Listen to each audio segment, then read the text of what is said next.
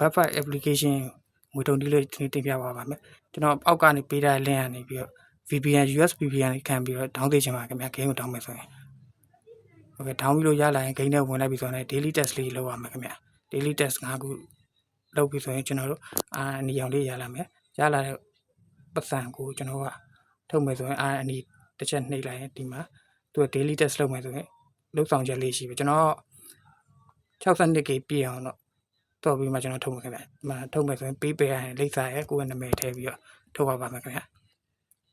ဟုတ်ကဲ့ဒီဘက်ကအပြာရောင်လေးထုတ်မယ်ဆိုရင်ကျွန်တော်တို့ကကိုထုတ်ချင်တဲ့အမောက်တစ်ခုရမယ်ဆိုရင်ပေးပေးကိုနေပြရနဲ့ email ရဲ့ကိုယ့်ရဲ့နာမည်လေးကိုထည့်ပြီးတော့အမောက်တစ်ခုကိုထုတ်ယူလို့ရပါမယ်ခင်ဗျာ